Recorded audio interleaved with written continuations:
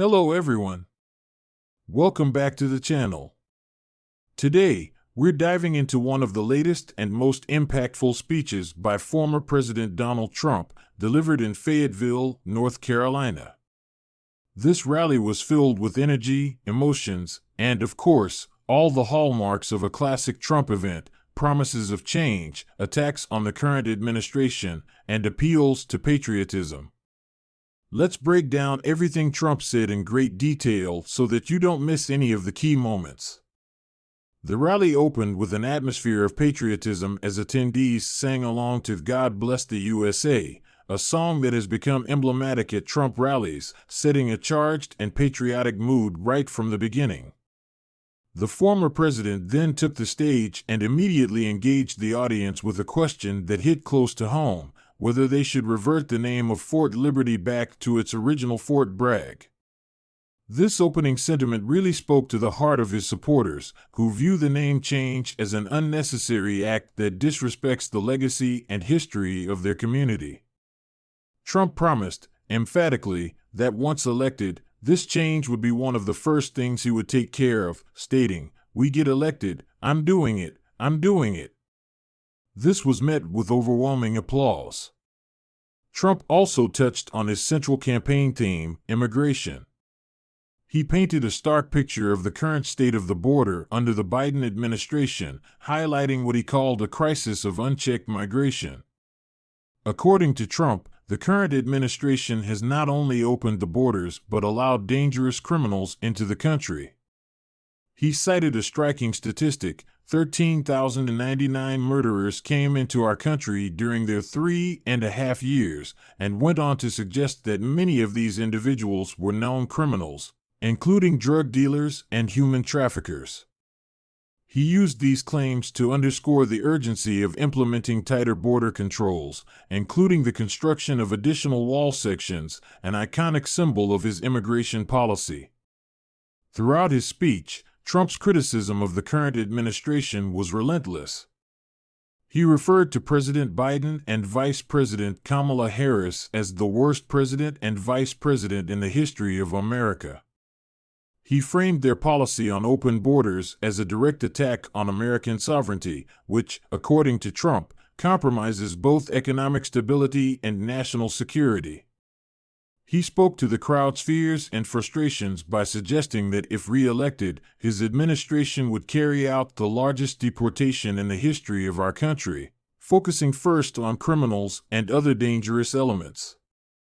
One particularly moving part of the event involved Silk, of the well-known duo Diamond and Silk. Silk joined Trump on stage and gave a fiery speech that resonated with the frustrations of many in the audience.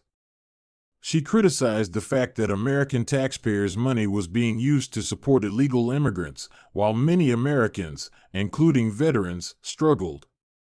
Her words were directed both at the administration and at the audience, encouraging them to overvote the cheat and ensure that Trump was elected by an undeniable margin. The crowd roared in agreement when she urged them to remove every Democrat, showcasing the intense dissatisfaction of the audience with the current political state. Trump also took time to address the economic concerns of the nation. He pointed out that inflation had been devastating to American families, and he believes that the Biden administration's policies, especially their energy strategies, were to blame. He lamented how inflation had eroded the impact of his military pay raises, saying, "I gave the largest pay raise in history to our military, and then the clowns came in, and the cost of bacon doubled." Here, he made a direct appeal to the armed forces, emphasizing his intent to provide not only higher pay but also better conditions for the military and law enforcement. A recurring theme was Trump's commitment to veterans and active-duty soldiers. He passionately addressed issues like the COVID-19 vaccine mandates that led to many military members losing their jobs for refusing the shot. He promised that under his leadership, those who were discharged for refusing the vaccine would be reinstated with full back pay, emphasizing the importance of personal choice and the need for accountability among military leadership. One particularly memorable exchange was with a former Green Beret named John, who had been removed from service due to the vaccine mandate. Trump pledged that he would welcome soldiers like John back into the military and ensure accountability for those who imposed these mandates. Trump also spoke about the disastrous withdrawal from Afghanistan, which he described as the most embarrassing moment in the history of our country. He outlined his belief that the chaotic exit not only led to the loss of 13 American soldiers, but also emboldened adversaries like Russia and China. According to Trump, the botched withdrawal signaled weakness, which likely influenced Russia's decision to invade Ukraine. He vowed to hold all military leaders involved in that decision accountable, including by firing the generals responsible, as he believes they acted with gross incompetence. This part of his speech was filled with both anger and sadness, especially as he recounted his conversations with the families of those who died. When it came to foreign policy, Trump laid out a bold vision for America's defense. He proposed creating a U.S. version of the Iron Dome defense system to protect against missile threats, similar to what Israel has. "Why shouldn't we have an Iron Dome?" he asked, insisting that such technology would be built entirely in the United States, with much of it coming from places like North Carolina. This promise not only played into the themes of national security and military strength, but also local pride, tying the future of America's defense capabilities to the audience's own community. One of the emotional highlights of the evening was when Trump spoke to veterans and their families about his efforts to reform the Department of Veterans Affairs, VA. A woman named Sarah, whose husband was one of the most catastrophically wounded veterans surviving today, thanked Trump for the changes he made to community care, which allowed veterans to choose their own healthcare providers. Trump pledged to restore this choice, pointing out that the Biden administration had rolled back many of these reforms, thus hurting veterans. He emphasized that the VA should work for the veterans, not the other way around, and he intended to ensure that every veteran received the respect and care they deserved. Another striking topic of the evening was human trafficking. Trump addressed the issue of missing migrant children, stating that 325,000 children are missing during the Biden administration. He described this as a humanitarian crisis of unimaginable proportions, implying that many of these children were victims of trafficking or worse. The crowd reacted with a mix of horror and anger, which Trump channeled into a call to action, criticizing the lack of media coverage on this tragedy. "If that were me, it would be the biggest story ever," he lamented, highlighting what he perceives as media bias against him. Trump didn't shy away from talking about the upcoming election either. He repeatedly emphasized the importance of making the election results too big to rig, urging his supporters to vote in overwhelming numbers to prevent any possible interference. He encouraged people to register to vote early and bring their friends and family along. His daughter-in-law, Lara Trump, took the stage to bolster this message, rallying the crowd to mobilize as many voters as possible. The urgency was palpable, with both Trump and Lara stressing that this election was about the future of the nation, not just one candidate. As the rally drew to a close, Trump left his supporters with his familiar call, "Make America Great Again." His closing words were filled with promises of reversing Biden's policies, restoring American pride, and focusing on patriotism and security. The crowd, energized and ready for the fight ahead, cheered him on with chants and applause. In my view, Donald Trump's speech in Fayetteville was typical of his political style, powerful, provocative, and aimed at mobilizing his base. It was a clear attempt to convey to his supporters that he is the one capable of restoring the nation's lost greatness. Trump appealed to people's emotions, often invoking patriotism, criticizing the current administration, and promising radical changes. One of the central messages of his speech was the idea of bringing back the old America, whether it was changing the name of Fort Liberty back to Fort Bragg or tightening immigration policies.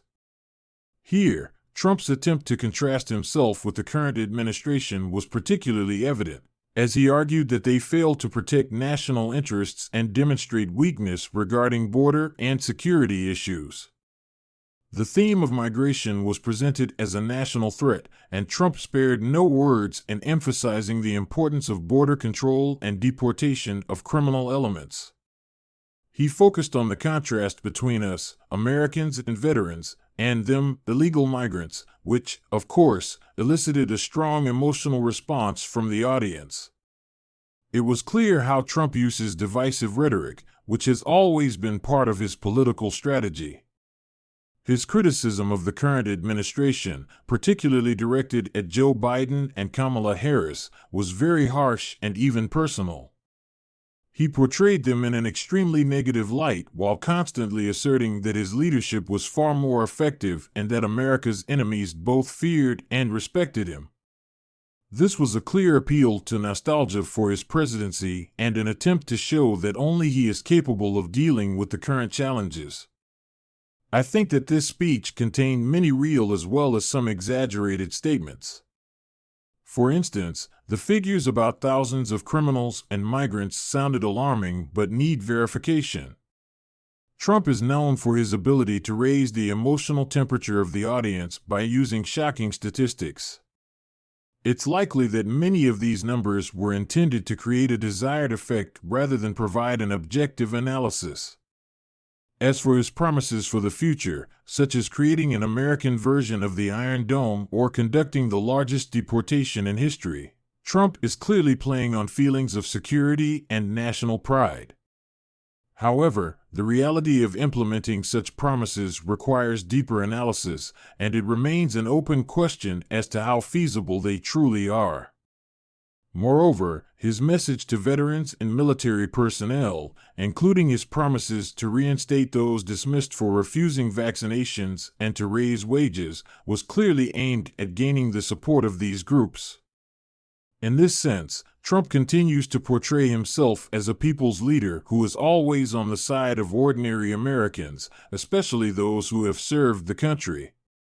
Overall, the Fayetteville speech was a powerful manifestation of classic Trumpism. It combined criticism of the Biden administration, promises of decisive action, appeals to patriotism, and elicited the expected reaction from the audience, support and enthusiasm. For Trump's supporters, it was undoubtedly an inspiring rally, while for his opponents, it was a reminder of the division he brings to American society. Overall, the rally was classic Trump, unfiltered, fiery, and full of promises aimed directly at his base. He skillfully used the platform to connect with his audience, tap into their frustrations, and rally them around his message of restoring the America they believe in.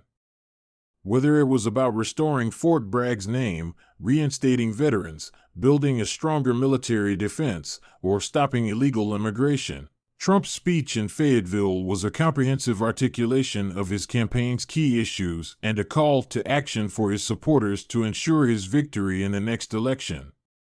That's all for today's deep dive into Donald Trump's latest rally. If you enjoyed this breakdown, don't forget to like, share, and subscribe for more in-depth political coverage. And let me know in the comments, what are your thoughts on Trump's promises and his approach to America's challenges? Until next time, stay informed and stay engaged.